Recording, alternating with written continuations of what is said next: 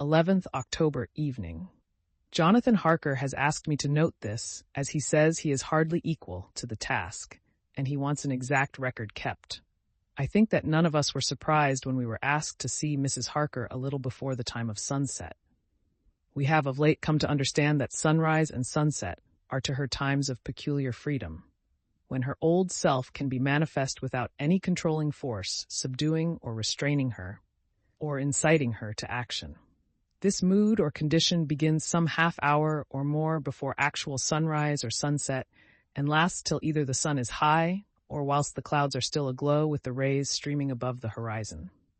At first there is a sort of negative condition, as if some tie were loosened, and then the absolute freedom quickly follows. When, however, the freedom ceases, the change back or relapse comes quickly, preceded only by a spell of warning silence. Tonight, when we met, she was somewhat constrained and bore all the signs of an internal struggle. I put it down myself to her making a violent effort at the earliest instant she could do so. A very few minutes, however, gave her complete control of herself.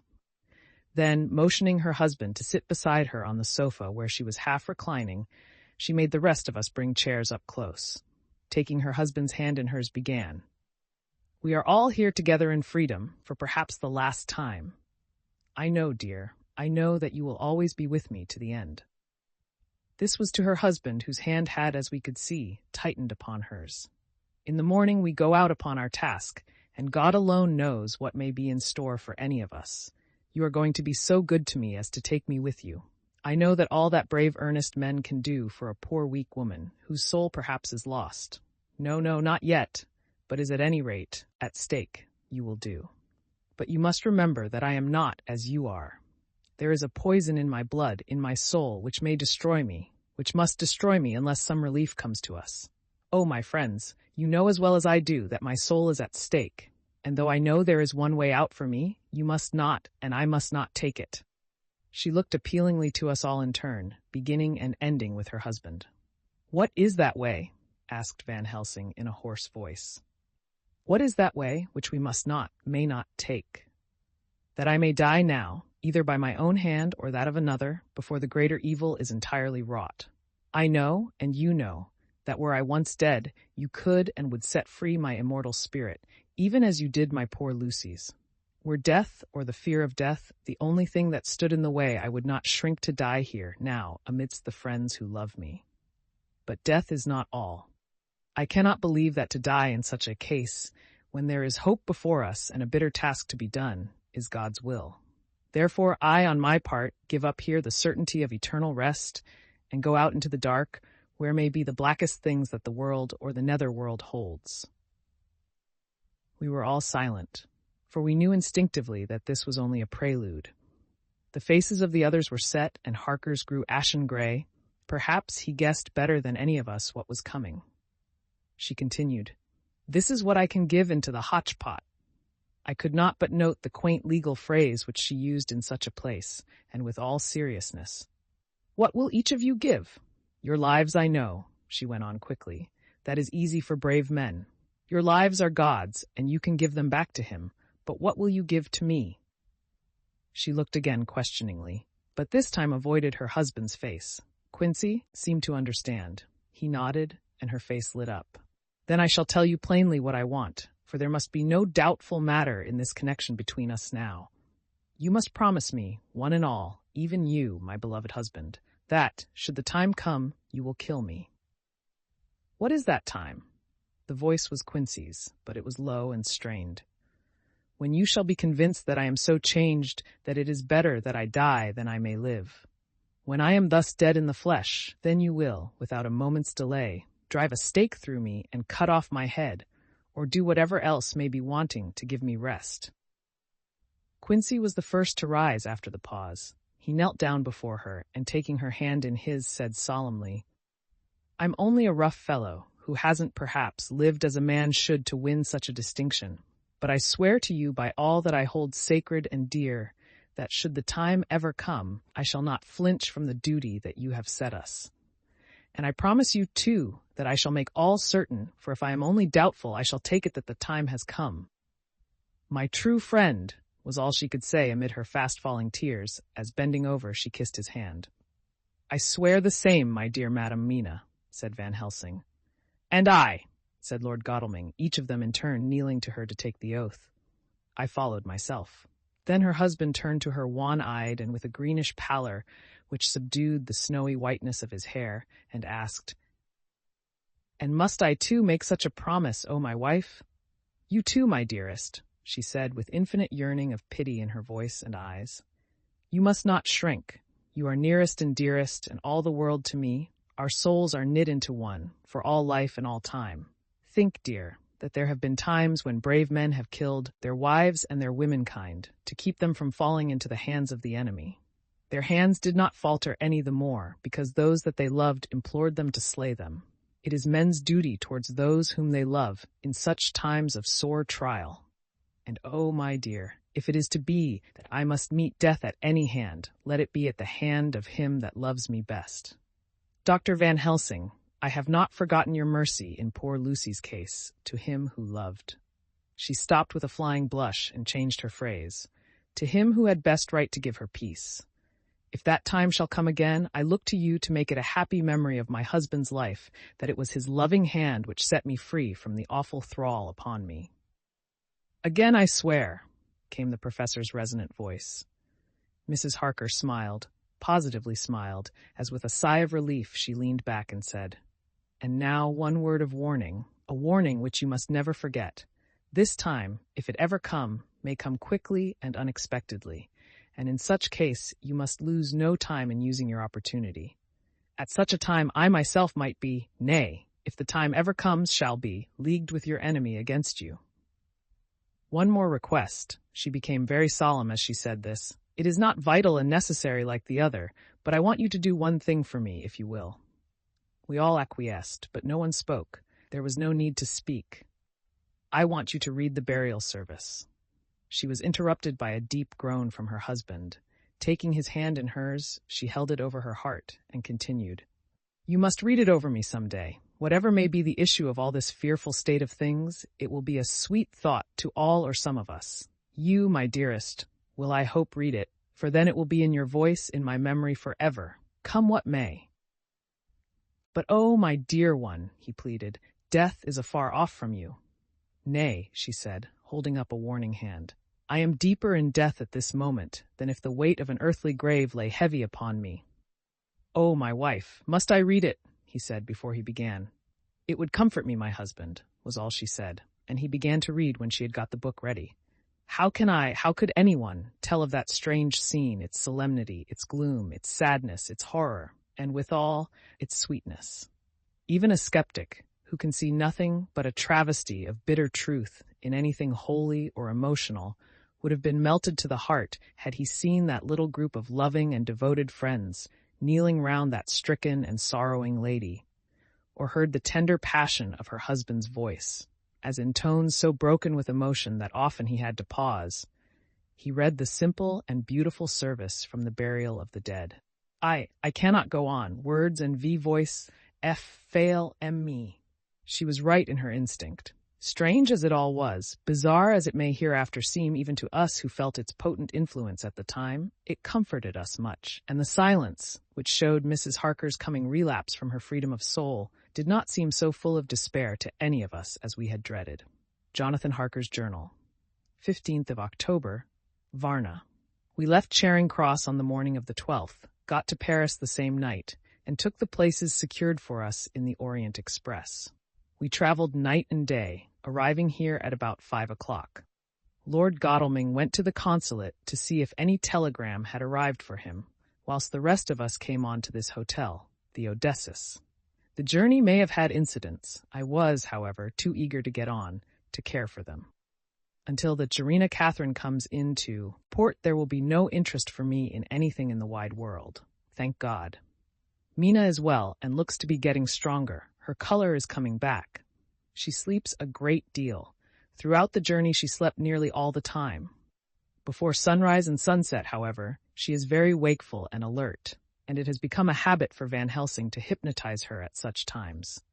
At first, some effort was needed, and he had to make many passes, but now she seems to yield at once, as if by habit, and scarcely any action is needed. He seems to have power at these particular moments to simply will, and her thoughts obey him. He always asks her what she can see and hear. She answers to the first, "Nothing, all is dark." And to the second, "I can hear the waves lapping against the ship and the water rushing by. Canvas and cordage strain and masts and yards creak. The wind is high. I can hear it in the shrouds, and the bow throws back the foam." It is evident that the Serena Catherine is still at sea, hastening on her way to Varna.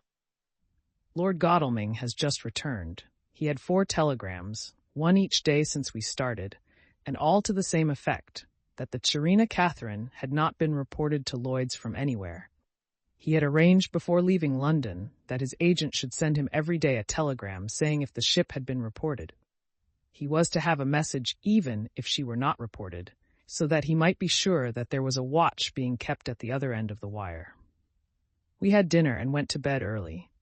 Tomorrow we are to see the vice-consul, and to arrange, if we can, about getting on board the ship as soon as she arrives.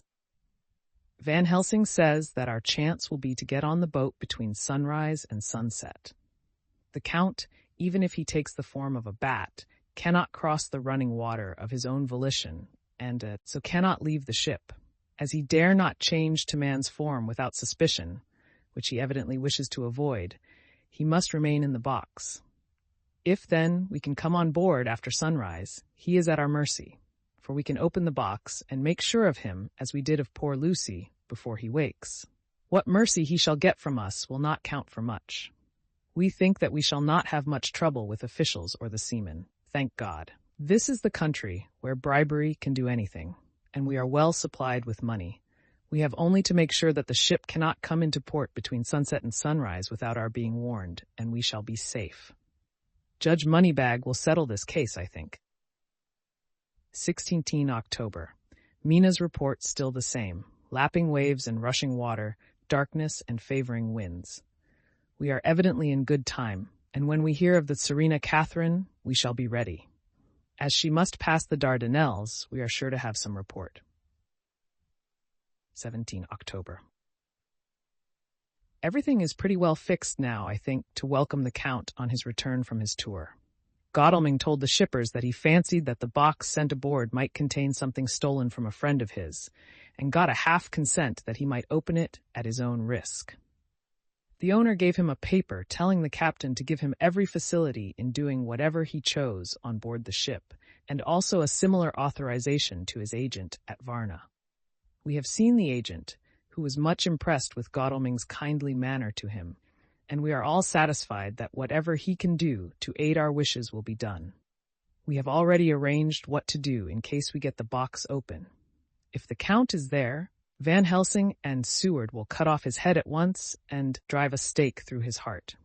Morris and Godalming and I shall prevent interference, even if we have to use the arms which we shall have ready.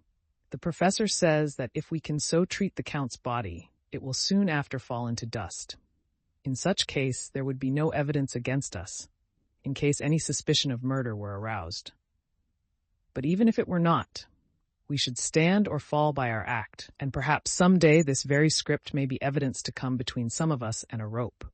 For myself, I should take the chance only too thankfully if it were to come. We mean to leave no stone unturned to carry out our intent. We have arranged with certain officials that the instant the Serena Catherine is seen, we are to be informed by a special messenger. 24 October. A whole week of waiting. Daily telegrams to Godalming, but only the same story. Not yet reported. Mina's morning and evening hypnotic answer is unvaried. Lapping waves, rushing water, and creaking masts. Telegram, October 24th. Rufus Smith, Lloyd's, London, to Lord Godalming, care of HBM Vice-Consul Varna. Serena Catherine reported this morning from Dardanelles. Dr. Seward's diary. 25th of October. How I miss my phonograph. To write diary with a pen is irksome to me, but Van Helsing says I must. We were all wild with excitement yesterday when Godalming got his telegram from Lloyd's. I know now what men feel in battle when the call to action is heard. Mrs. Harker, alone of our party, did not show any signs of emotion. After all, it is not strange that she did not, for we took special care not to let her know anything about it, and we all tried not to show any excitement when we were in her presence. In old days, she would, I am sure, have noticed, no matter how we might have tried to conceal it. But, in this way, she is greatly changed during the past 3 weeks. The lethargy grows upon her, and though she seems strong and well and is getting back some of her color, Van Helsing and I are not satisfied. We talk of her often. We have not, however, said a word to the others. It would break poor Harker's heart, certainly his nerve, if he knew that we had even a suspicion on the subject. Van Helsing examines, he tells me, her teeth very carefully, whilst she is in the hypnotic condition, for he says that so long as they do not begin to sharpen, there is no active danger of a change in her. If this change should come, it would be necessary to take steps. We both know what those steps would have to be, though we do not mention our thoughts to each other. We should neither of us shrink from the task, awful though it be to contemplate. Euthanasia is an excellent and a comforting word. I am grateful to whoever invented it. It's only about 24 hours' sail from the Dardanelles to here, at the rate that Serena Catherine has come from London. She should therefore arrive sometime in the morning, but as she cannot possibly get in before then, we are all about to retire early. We shall get up at 1 o'clock, so as to be ready. 25th of October, noon. No news yet of the ship's arrival. Mrs. Harker's hypnotic report this morning was the same as usual, so it is possible that we may get news at any moment. We men are all in a fever of excitement, except Harker, who is calm. His hands are cold as ice, and an hour ago I found him wetting the edge of the great Gurkha knife which he now always carries with him. It will be a bad lookout for the Count if the edge of that kukri ever touches his throat, driven by that stern, ice-cold hand. Van Helsing and I were a little alarmed about Mrs. Harker today. About noon, she got into a sort of lethargy, which we did not like. Although we kept silence to the others, we were neither of us happy about it. She had been restless all the morning, so that we were at first glad to know that she was sleeping. When, however, her husband mentioned casually that she was sleeping so soundly that he could not wake her, we went to her room to see for ourselves. She was breathing naturally and looked so well and peaceful that we agreed that the sleep was better for her than anything else. Poor girl, she has so much to forget that it is no wonder that sleep, if it brings oblivion to her, does her good. Later. Our opinion was justified, for when after a refreshing sleep of some hours she woke up, she seemed brighter and better than she had been for days. At sunset she made the usual hypnotic report. Wherever he may be in the Black Sea, the Count is hurrying to his destination. To his doom, I trust. 26th of October, another day and no tidings of the Serena Catherine. She ought to be here by now. That she is still journeying somewhere is apparent, for Mrs. Harker's hypnotic report at sunrise was still the same. It is possible that the vessel may be lying by at times for fog. Some of the steamers which came in last evening reported patches of fog both to north and south of the port. We must continue our watching, as the ship may now be signaled any moment. 27th of October, noon. Most strange. No news yet of the ship we wait for. Mrs. Harker reported last night and this morning as usual, lapping waves and rushing water, though she added that the waves were very faint. The telegrams from London have been the same, no further report. Van Helsing is terribly anxious and told me just now that he fears the Count is escaping us. He added significantly, I did not like that lethargy of Madame Mina's. Souls and memories can do strange things during trance. I was about to ask him more, but Harker just then came in, and he held up a warning hand. We must try tonight at sunset to make her speak more fully when in her hypnotic state. 28th October. Telegram. Rufus Smith, London, to Lord Godalming, care HBM, Vice-Consul, Varna. Serena Catherine reported entering Galatz at 1 o'clock today. Dr. Seward's diary, 20 October. When the telegram came announcing the arrival in Galatz, I do not think it was such a shock to any of us as might have been expected. True, we did not know whence or how or when the bolt would come, but I think we all expected that something strange would happen. The delay of arrival at Varna made us individually satisfied that things would not be just as we had expected. We only waited to learn where the change would occur. Nonetheless, however, was it a surprise. I suppose that nature works on such a hopeful basis that we believe against ourselves that things will be as they ought to be, not as we should know that they will be. Transcendentalism is a beacon to the angels, even if it be a will-o'-the-wisp to man. It was an odd experience, and we all took it differently. Van Helsing raised his hand over his head for a moment, as though in remonstrance with the Almighty, but he said not a word, and in a few seconds stood up with his face sternly set. Lord Godalming grew very pale and sat breathing heavily. I was myself half stunned and looked in wonder at one after another. Quincy Morris tightened his belt with that quick movement which I knew so well. In our old wandering days it meant action. Mrs. Harker grew ghastly white so that the scar on her forehead seemed to burn, but she folded her hands meekly and looked up in prayer. Harker smiled, actually smiled, the dark, bitter smile of one who is without hope, but at the same time his action belied his words, for his hands instinctively sought the hilt of the great kukri knife and rested there. "When does the next train start for Galatz?" said Van Helsing to us generally. "At 6:30 tomorrow morning." We all started, for the answer came from Mrs. Harker. "How on earth do you know?" said Art. "You forget, or perhaps you do not know, though Jonathan does, and so does Dr. Van Helsing, that I am the train fiend.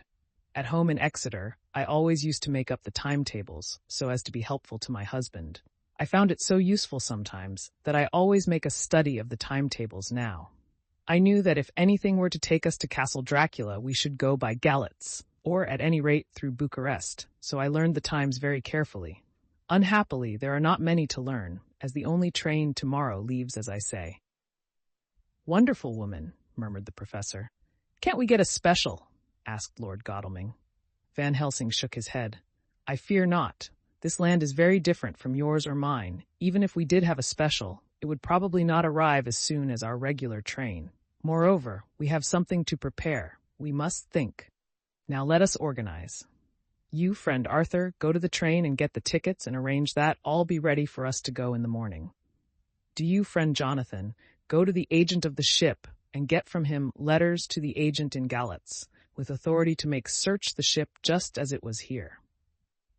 Morris Quincy, you see the vice-consul, and get his aid with his fellow in Galatz, and all he can do to make our way smooth, so that no times be lost when over the Danube. John will stay with Madam Mina and me, and we shall consult. For so if time be long, you may be delayed, and it will not matter when the sun set, since I am here with Madam to make report." "And I," said Mrs. Harker brightly, and more like her old self than she had been for many a long day, "shall try to be of use in all ways, and shall think and write for you as I used to do. Something is shifting from me in some strange way, and I feel freer than I have been of late." The three younger men looked happier at the moment, as they seemed to realize the significance of her words. But Van Helsing and I, turning to each other, met each a grave and troubled glance. We said nothing at the time, however. When the three men had gone out to their tasks, Van Helsing asked Mrs. Harker to look up the copy of the diaries and find him the part of Harker's journal at the castle. She went away to get it. When the door was shut upon her, he said to me, "We mean the same. Speak out. There is some change. It is a hope that makes me sick, for it may deceive us." "Quite so. Do you know why I asked her to get the manuscript?" "No," said I, "unless it was to get an opportunity of seeing me alone." "You are in part right, friend John, but only in part. I want to tell you something. And oh, my friend, I am taking a terrible risk, but I believe it is right. In the moment when Madam Mina said those words that arrest both our understanding, an inspiration came to me. In the trance of 3 days ago, the Count sent her his spirit to read her mind, or more like he took her to see him in his earth box in the ship with water rushing, just as it go free at rise and set of sun. He learned then that we are here, for she have more to tell in her open life with eyes to see and ears to hear than he, shut, as he is, in his coffin box. Now he make his most effort to escape us. At present he want her not. He is sure with his so great knowledge that she will come at his call, but he cut her off, take her, as he can do, out of his own power, that so she come not to him. Ah, there I have hope that our man-brains that have been of man so long, and that have not lost the grace of God, will come higher than his child-brain that lie in his tomb for centuries, that grow not yet to our stature, and that do only work selfish and therefore small. Here comes Madam Mina, not a word to her of her trance. She know it not, and it would overwhelm her and make despair just when we want all her hope, all her courage, when most we want all her great brain which is trained like man's brain, but is of sweet woman, and have a special power which the Count give her, and which he may not take away altogether, though he think not so. Hush, let me speak, and you shall learn. Oh, John, my friend, we are in awful straits, I fear, as I never feared before. We can only trust the good God. Silence, here she comes.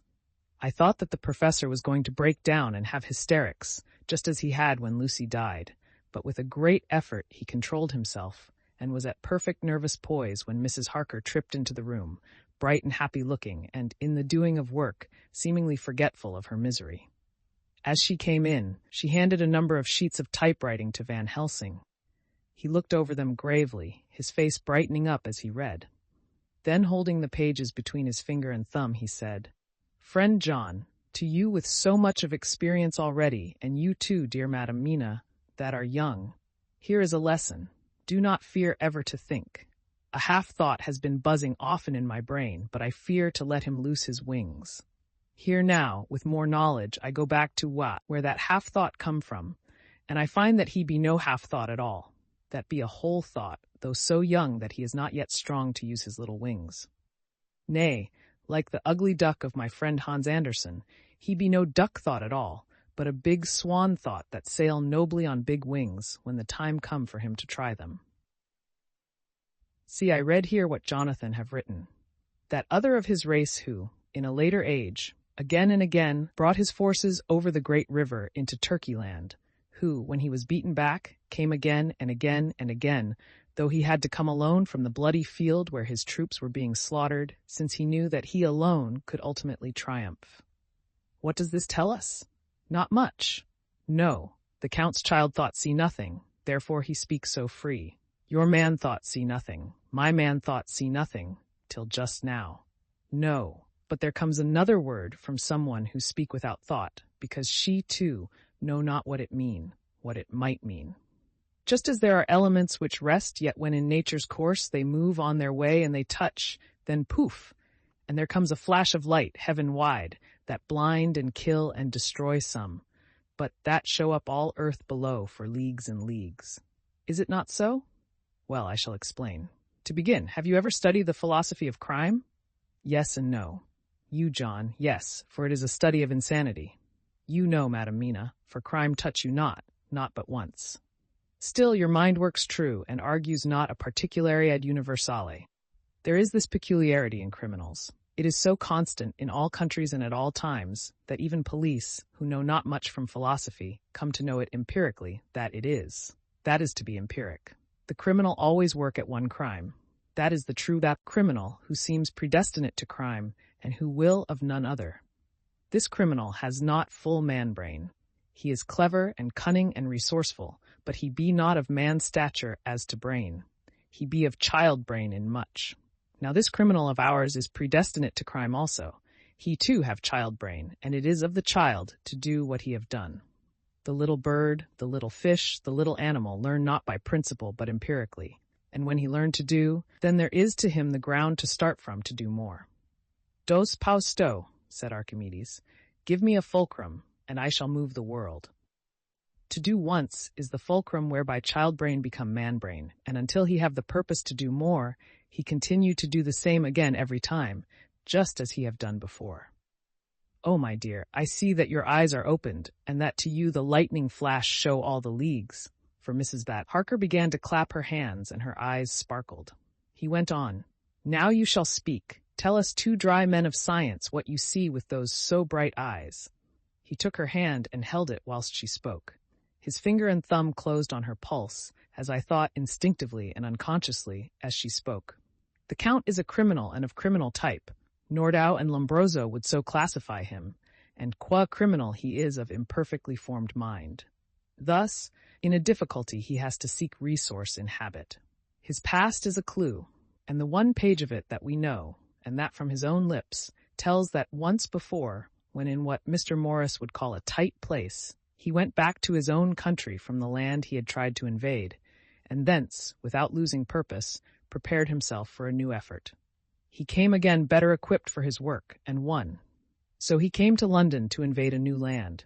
He was beaten, and when all hope of success was lost, and his existence in danger, he fled back over the sea to his home, just as formerly he had fled back over the Danube from Turkey land.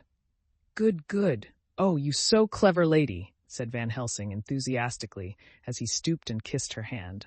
A moment later he said to me, as calmly as though we had been having a sick-room consultation, 72 only, and in all this excitement, I have hope. Turning to her again, he said with keen expectation, But go on, there is more to tell if you will. Be not afraid, John and I know. I do in any case, and shall tell you if you are right. Speak without fear. I will try to, but you will forgive me if I seem egotistical. Nay, fear not, you must be egotist, for it is of you that we think. Then, as he is criminal, he is selfish, and as his intellect is small, and his action is based on selfishness, he confines himself to one purpose. That purpose is remorseless. As he fled back over the Danube, leaving his forces to be cut to pieces, so now he is intent on being safe, careless of all. So his own selfishness frees my soul somewhat from the terrible power which he acquired over me on that dreadful night. I felt it. Oh, I felt it. Thank God for his great mercy. My soul is freer than it has been since that awful hour, and all that haunts me is a fear lest in some trance or dream he may have used my knowledge for his ends. The professor stood up. He has so used your mind, and by it he has left us here in Varna, whilst the ship that carried him rushed through enveloping fog up to Galatz, where doubtless he had made preparation for escaping from us. But his child mind only saw so far, and it may be that, as ever is in God's providence, the very thing that the evildoer most reckoned on for, his selfish good, turns out to be his chiefest harm. The hunter is taken in his own snare, as the great psalmist says. For now that he think he is free from every trace of us all, and that he has escaped us with so many hours to him, then his selfish child brain will whisper him to sleep.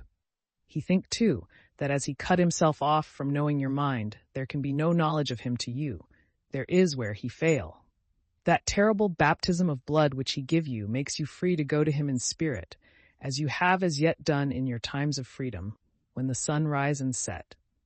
At such times you go by my volition and not by his, and this power to good of you and others, as you have won from your suffering at his hands. This is now all the more precious that he know it not, and to guard himself have even cut himself off from his knowledge of our where. We, however, are not selfish, and we believe that God is with us through all this blackness and these many dark hours. We shall follow him, and we shall not flinch, even if we peril ourselves that we become like him. Friend John, this has been a great hour, and it have done much to advance us on our way. You must be scribe and write him all down, so that when the others return from their work, you can give it to them. Then they shall know as we do.